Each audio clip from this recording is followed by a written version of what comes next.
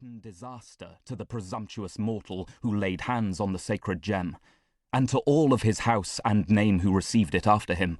And the Brahmins caused the prophecy to be written over the gates of the shrine in letters of gold. One age followed another, and still generation after generation, the successors of the three Brahmins watched their priceless moonstone night and day. One age followed another, until the first years of the 18th Christian century saw the reign of Aurangzeb, Emperor of the Mughals. At his command, havoc and rapine were let loose once more among the temples of the worship of Brahma. The shrine of the four-handed god was polluted by the slaughter of sacred animals. The images of the deities were broken in pieces, and the Moonstone was seized by an officer of rank in the army of Aurangzeb. Powerless to recover their lost treasure by open force, the three guardian priests followed and watched it in disguise. The generations succeeded each other. The warrior who had committed the sacrilege perished miserably. The Moonstone passed, carrying its curse with it from one lawless Mohammedan hand to another.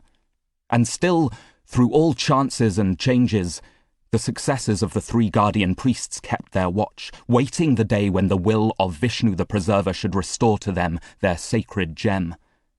Time rolled on from the first to the last years of the 18th Christian century.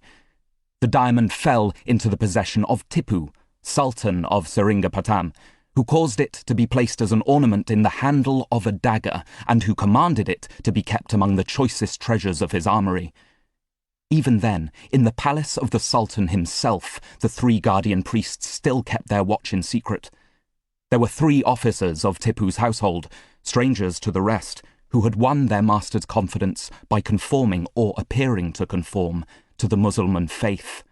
And to those three men report pointed as the three priests in disguise. So, as told in our camp, ran the fanciful story of the Moonstone.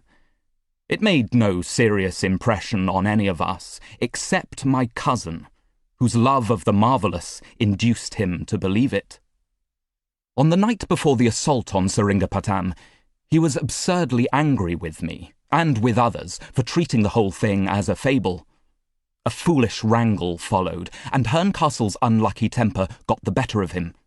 He declared, in his boastful way, that we should see the diamond on his finger if the English army took Seringapatam. The sally was saluted by a roar of laughter, and there, as we all thought that night, the thing ended.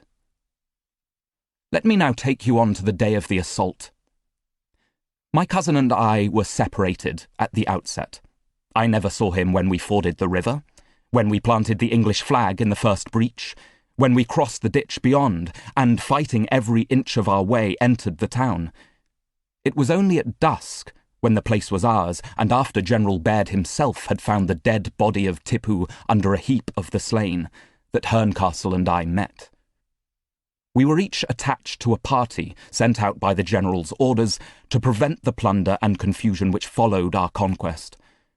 The camp followers committed deplorable excesses, and, worse still, the soldiers found their way by a guarded door into the treasury of the palace and loaded themselves with gold and jewels. It was in the court outside the treasury that my cousin and I met to enforce the laws of discipline on our own soldiers. Herncastle's fiery temper had been, as I could plainly see, exasperated to a kind of frenzy by the terrible slaughter through which we had passed. He was very unfit, in my opinion, to perform the duty that had been entrusted to him. There was riot and confusion enough in the treasury, but no violence that I saw. The men, if I may use such an expression, disgraced themselves good-humouredly. All sorts of rough jests and catchwords were bandied about among them, and the story of the diamond turned up again unexpectedly in the form of a mischievous joke. "Who's got the Moonstone?" was the rallying cry which perpetually caused the plundering, as soon as it was stopped in one place, to break out in another.